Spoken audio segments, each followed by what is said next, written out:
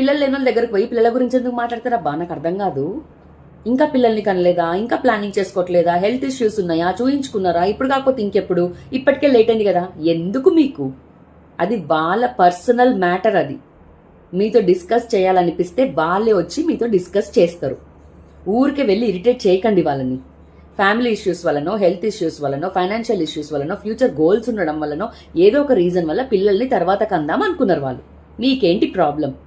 అంటే అదొక పైశాచిక ఆనందం అన్నమాట.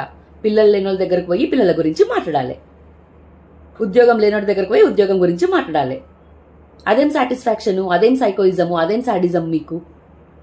ఫస్ట్ మీ పిల్లల్ని చక్కగా చూసుకోండి, మీ ఉద్యోగాలను చక్కగా చూసుకోండి. పిల్లలు ఉండాలి అని ఎవరికి ఉండదు. Everyone wants kids.